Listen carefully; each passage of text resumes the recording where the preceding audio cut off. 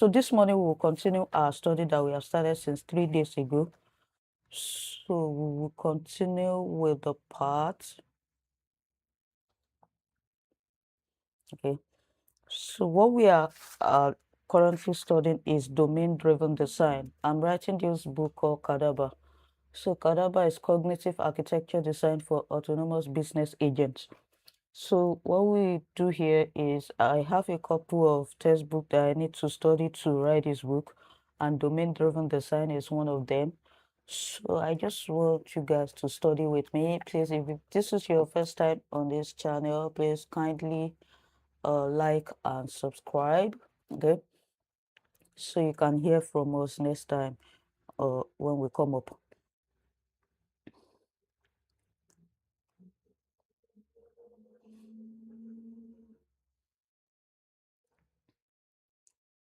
And today we'll be looking at part 3 of the book, Domain Driven Design, published by O'Reilly.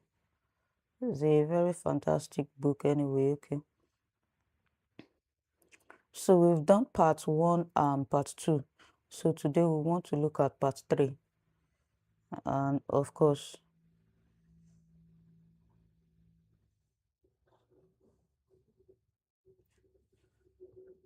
so part 3 says applying domain-driven design in practice.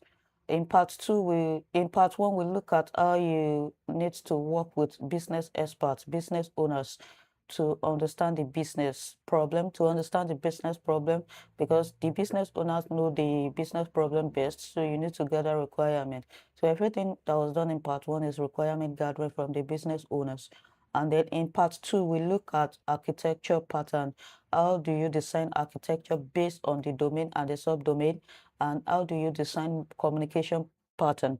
So we look at out of the box communication, we look at Saga, we look at CQRS, we look at event-driven communication and event-driven design pattern. We also look at synchronous and asynchronous and all that. So I believe you have core understanding of them now. And under architecture, we look at how you can design layered architecture for specific domains. So architecture is layered. You start from the UI, user experience, you start to your application interfaces, to your applications, and then to your everything, to your backend, to choosing your databases, whether you need to use relational database or non-relational database, and everything. So it follows a layered architecture design pattern. So let's look at what we have today. Domain-driven design, part 3, applying domain-driven design in practice. So we want to look at designing heuristics. So after this chapter, studying this chapter 10, you understand what is meant by heuristic and how to design it in particular for specific domain. So let's get to study. We'll study, then after studying and taking notes, we'll come back and explain it together. So all right guys, so let's study chapter 10. Studying this chapter 10, you understand what is meant by heuristic.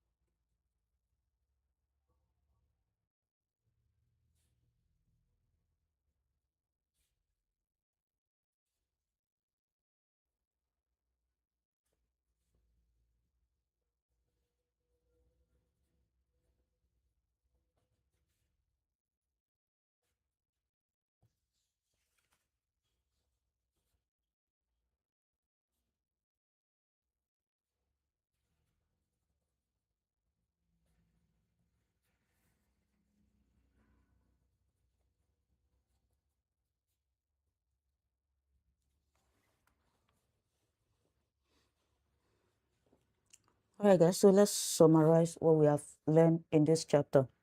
So in this chapter, we looked at designing heuristics. So this actually talks about, you know, choosing architecture based on business complexities. Remember, in our past study, we said that if the business is simple, design simple architecture. If the business is complex, design a complex architecture that meets that need, and also design based on the business subdomains.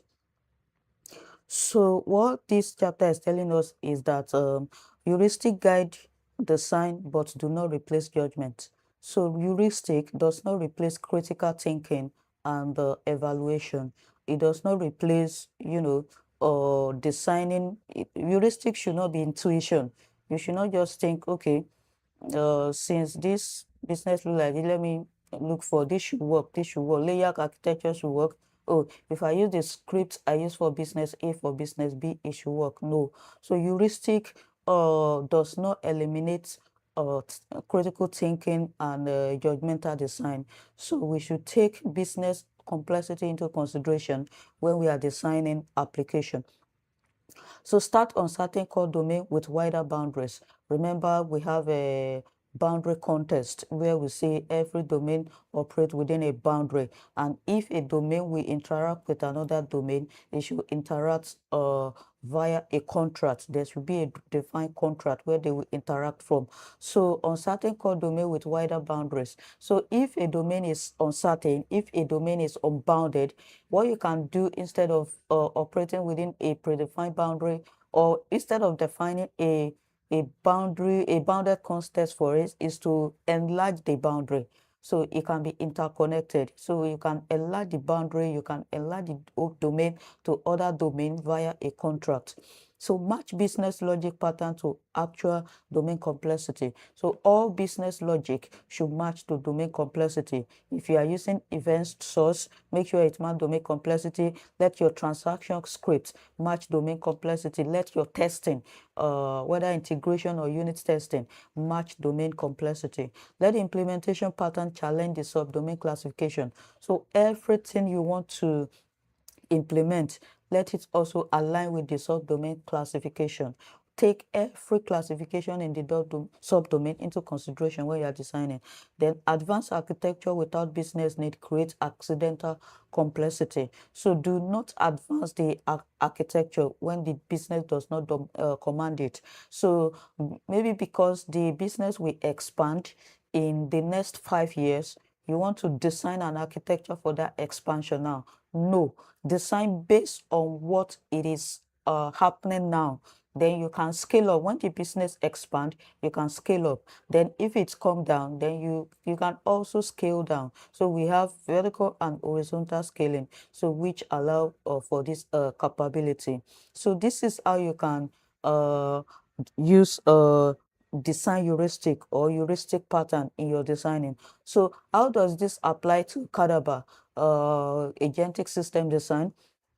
So when you are designing agent tool, remember we said that you should select agent based on the subdomain. So agent that work for procurement cannot work for IT operation, for instance. So you are designing specialized agent for each business subdomain, okay? And then when you are selecting pattern, select pattern for agentic system according to the business complexity as well, and the risk that is at hand. For example, the level of risk that you want to design for in financial agent, for instance, it's not the same risk that you would design for in IT operation. Okay, so you will let the risk, you will let the governance and policy implementation in the financial agent be very high than IT operation, which is just a metric and monitoring of applications.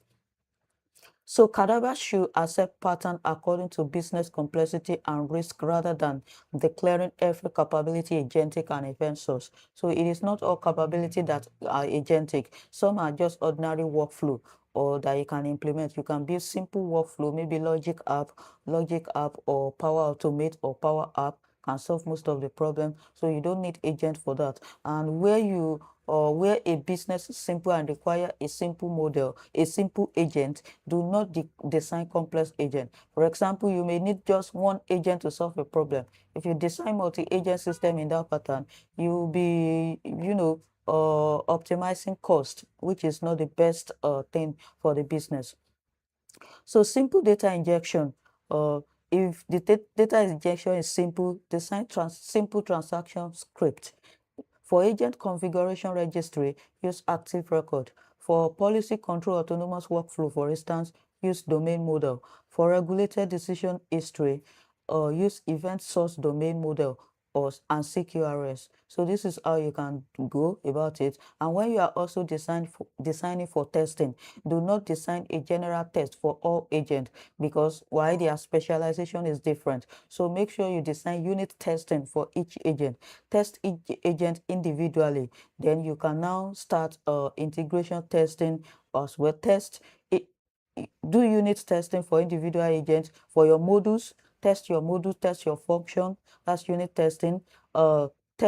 Perform integration testing for each agent to see how they integrate with the adapters that you have designed for them to connect to the business applications. So autonomous workflow requires scenario evaluation. So red team cases and end-to-end simulation must also be put into consideration. So this is what we have here. So heuristic does not replace critical thinking. It does not replacing matching a particular design pattern to a particular business domain. And it does not says that you should design a very complex architecture ahead of a business that is just expanding. So design based on the business complexity that is at hand, and then when the business expand, you can now scale up. All right, that is that about chapter 10. Now let's look at chapter 11, guys. So be very fast today. Chapter 11, evolving design decision.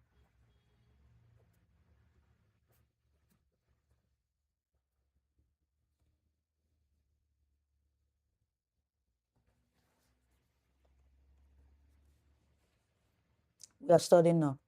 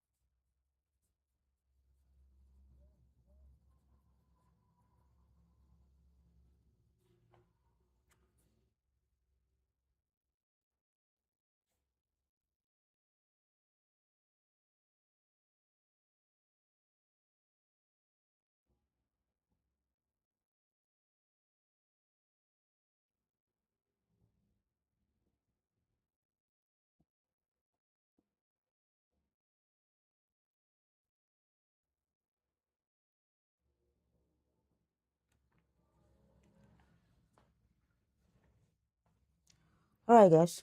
So in chapter 11, it talks about evolving design decision, just like building on what we have learned in chapter 10, heuristic, uh, designing based on choosing pattern based on business complexities, or testing based on business complexity, transaction script, model, data model based on business complexity, and making the application, the pattern simple when the business is simple, and design for complexity when the business is complex. Now, in chapter 11, it talks about evolving design decision. So this is just like what we previously talked about, that well, you should design based on what the business, where the business is currently. Design, if you want to design a database, design based on the data that is currently available, and then you can now scale up when the data expand, when the applications or the system expand. So point number one from our handwritten note: business organization knowledge and growth continually change design needs. So you remember, business grows. A startup today can grow and become times three, maybe by next year. So if you want to design an application for a startup that is starting today, you also put in, a room for it to scale up when it expand in the coming years. So subdomain can move between core, generic, and supporting type.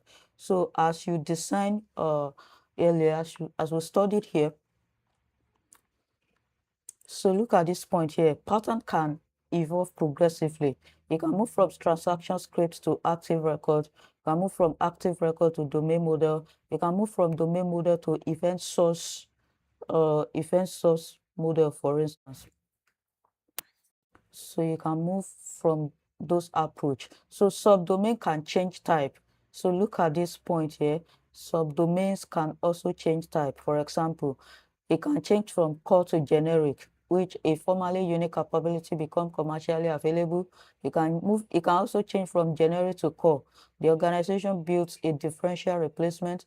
Supporting to generic, a suitable product become available. Supporting to core, optimization creates competitive value. Core to supporting, complexity is removed because it no longer pays.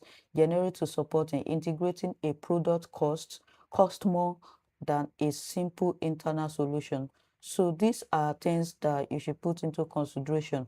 And then the test also says that, when application complexity, when the business complexity expand, then you also need to expand your staffing.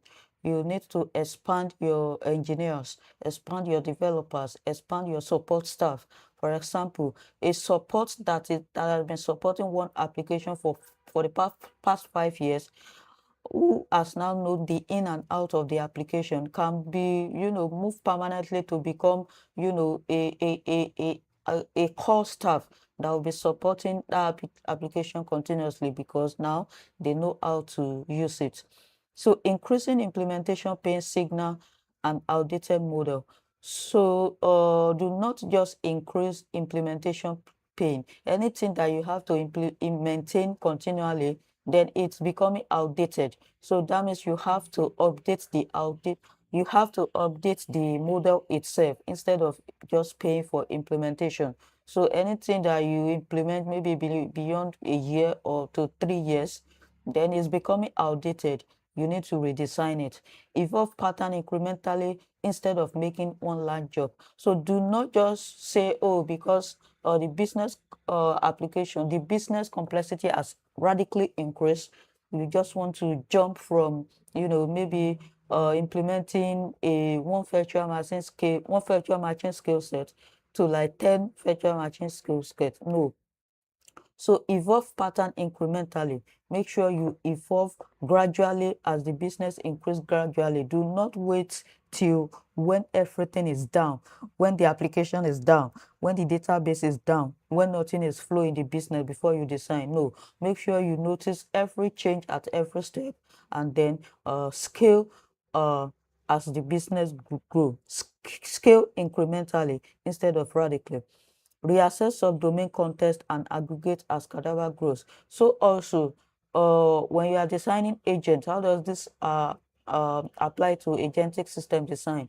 For example, you have a simple, you are running a startup company. You just need a simple, maybe finance agent. You have procurement, finance, supply chain, for instance, and everything.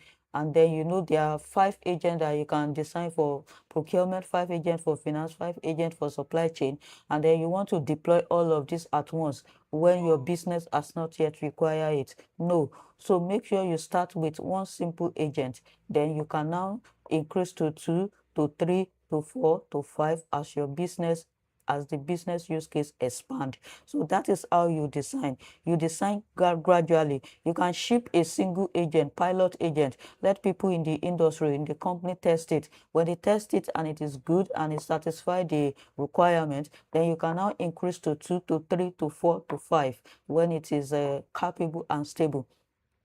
So CADABA must expect models, tools, and cognitive capabilities to change classification. Foundation model inference may become a generic commodity, while CADABA's domain adaptation, memory policy, reasoning, and workflow recovery remain core. So a basic agent workflow may begin as supporting scripts, but evolve into a core cognitive process once it accumulates learning, exception handling, and optimization rules. So its architecture must then evolve rather than forcing new complexity into the original design. So allow architecture to evolve and then scale along as it evolves.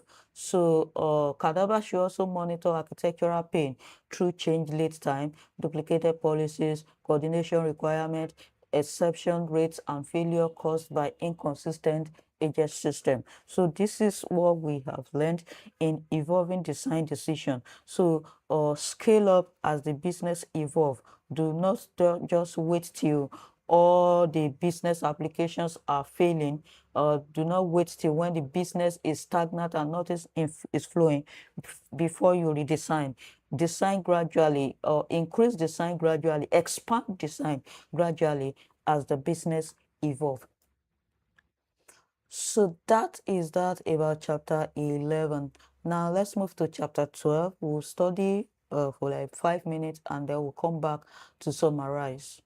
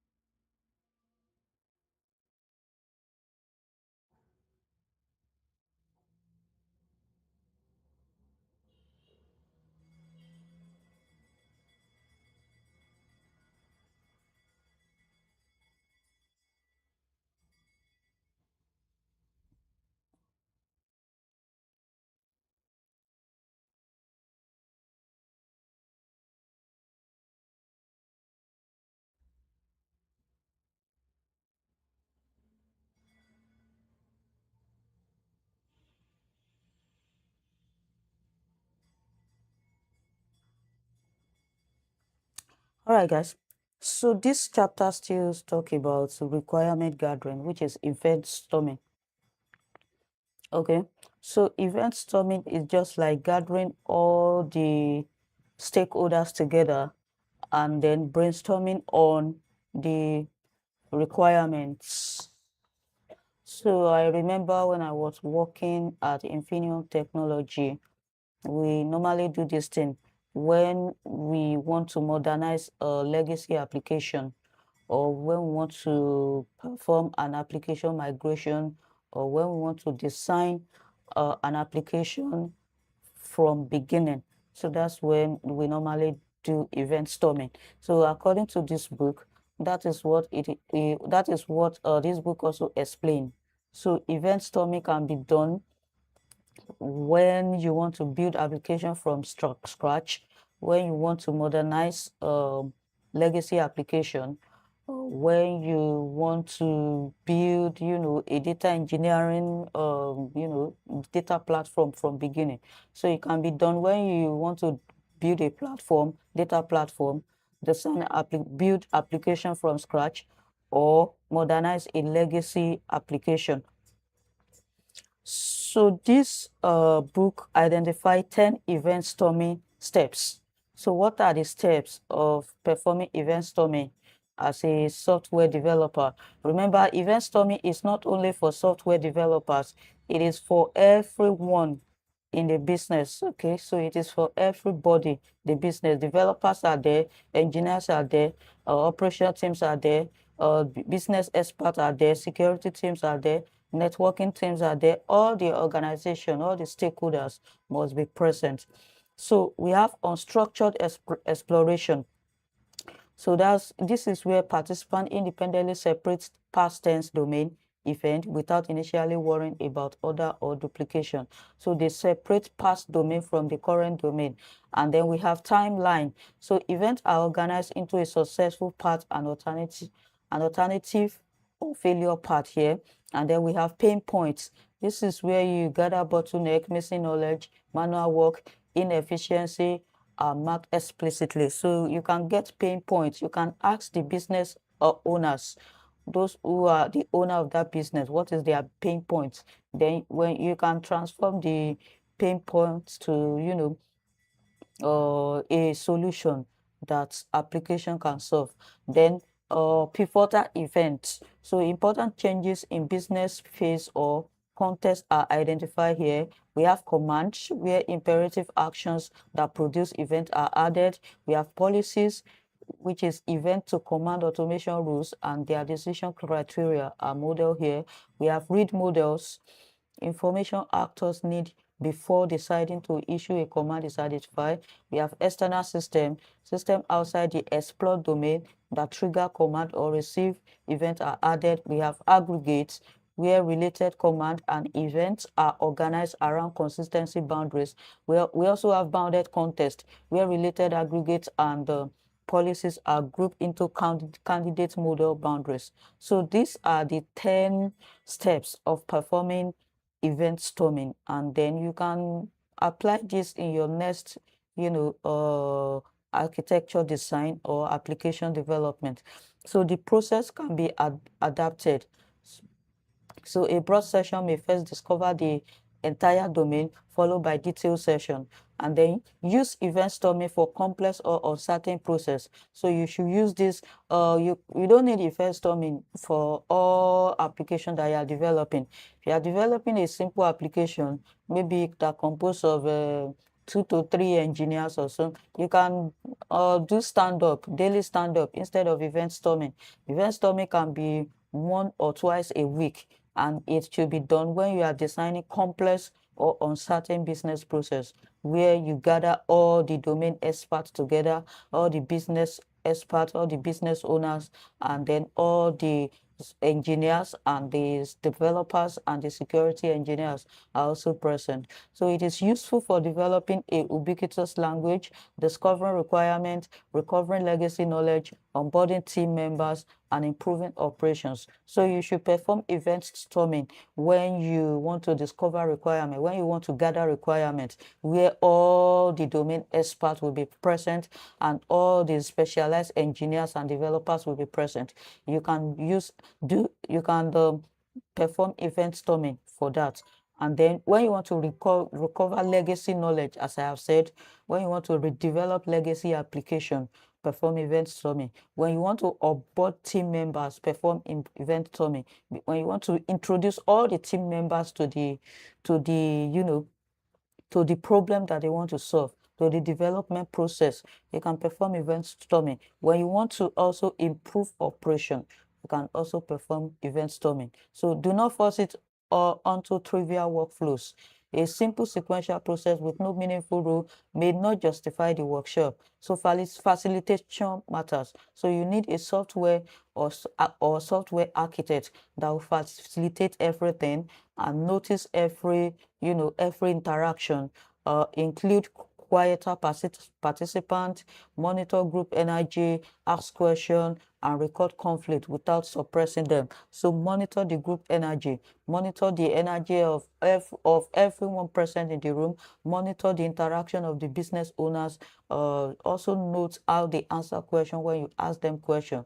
Also note how they interact when they talk about their pain points. So remote workshop require more patience. So if you have workers that are working, if you have members that are working remotely, for instance, you should exercise patience. Maybe you can organize small group. You can, instead of putting every like 50 people together in a one team meeting, you can create a breakout room, or you can group the meeting into like five, where you have like five teams, subgroup meets together and go to specific domain to gather requirements. So instead of gathering everybody together, you can divide teams into like 5 or 10, for instance, and then each team will go to a particular business subdomain to gather their requirements, and then they come together again and combine everything together. So small groups, multiple sessions are often more effective than one large virtual meeting. Okay. So for CADABA, in agentic system design, event storming should proceed the design of important CADABA agent workflow. For example, if you want to design a procurement workshop, for a procurement agentic workshop, events review what actually happens. Okay, command identify candidate agent action, policy review deterministic automation rule, or read models identify the evidence agent and human need, pain point review automation opportunities and risk, aggregates review consistency boundary, bounded context review specialist agent responsibility. So these are ways you can use event storming, for example, when you want to develop a procurement agent. All right, so this is our 5 handwritten notes. Event storming model business process through domain events. So it's model business process through what we call domain events. Domain event is just a gathering of engineers, business experts to develop to explain pain points and to discuss about the application and why it is needed. So its greatest value is shared knowledge and language, command policies, read models, explain how decisions happen, pivotal event and aggregate suggest system boundaries, and model the business process before choosing agent. So always make sure you model business process before choosing agent. Okay, so event storming is very, very particularly important before you design agent for a subdomain in a business enterprise. So that's that about chapter 12. Now we'll move to chapter 13. Please, if you are just joining us, please kindly subscribe and like. And then we do this every day. This study every day. We come a little bit late today. So it's normally around 5 a.m. in the morning. So you can watch out to join along. Thank you.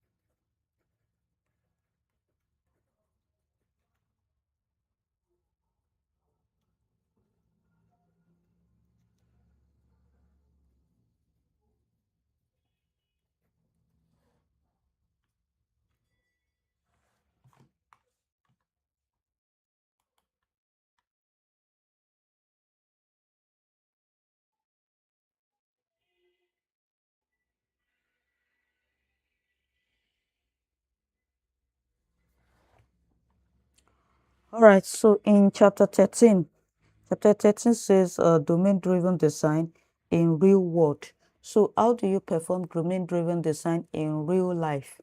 So that's what we are talking about here. So look at our 5-point and written summaries.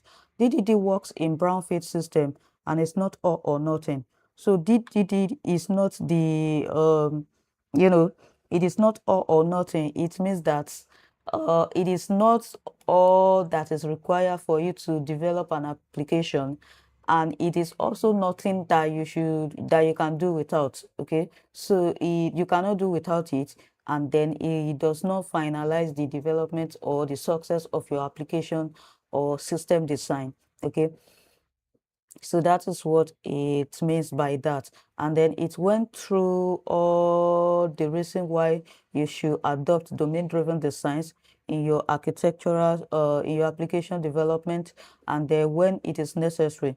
So modernization begin with business and architecture analysis. Okay, I have said, like we have discussed in the previous chapter, chapter 12, we said that DDD is best, or event storming is best done when you want to design application from scratch, and when the application design involves the entire business, and when you also want to modernize an entire application, and when you want to develop a platform. For example, you want to develop a data model for the entire business. So event storming is needed. So now in real world, so you should also implement domain-driven design when you want to build a in data engineering, when you want to build a data platform for an entire organization, for an entire business. You should implement domain-driven design. But if you are building for a particular subdomain in that business, you don't need domain-driven design.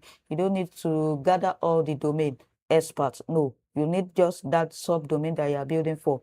So when domain-driven design is useful when you are modernizing legacy system, and when you are building application from scratch for entire business. So modernization begin with business and architecture analysis. So if you want to modernize, you have to gather requirement from all the business domains and experts, and then you also have to analyze the legacy architecture before you now modernize it. Align logical model before extracting physical services. So make sure you look at logical models. Logical models are, how the application communicates, how the application interact together, and the logical model is also the, data model, how you design the business logic and the rules of getting data from each application and storing them in the databases. Use strangler migration instead of a dangerous big rewrite. So do not rewrite a legacy application because it is old. You can use strangler migration. You can gradually migrate it to a modern application instead of just rewriting it entirely, which can disrupt the business. So for how do you apply this when you are building agentic system? Introduce CADABA gradually and prove each autonomous capability. So do not just build 10 agents at once and deploy it into because you're an expert, or because the business say, oh, we need agent. No, introduce it gradually. After you have performed event storming in the whole organization, each subdomain, you know their pain point, you know their business requirements, you know the policy guiding their implementation and everything. Then you can now introduce agent gradually. You can build one agent, then if it's give them for them to organize a pilot team. If the pilot is successful, then you can now increase it to 2 to 3 to 4 to 5, and make sure the governance is tight. Okay, so a monolithic prompt-based enterprise assistant should not be replaced through one large CADABA rewrite. Okay, so a safer approach is this. So when you, for agentic system design, a safer approach you can take is analyze the business workflows, establish ubiquitous language, identify core supporting and generic capabilities, create logical domain models, or put anti-corruption layer around legacy APIs, run selected CADABA workflows in shadow mode, or compare outcome before gradually moving production traffic, and retire legacy component only after the new capability is proven.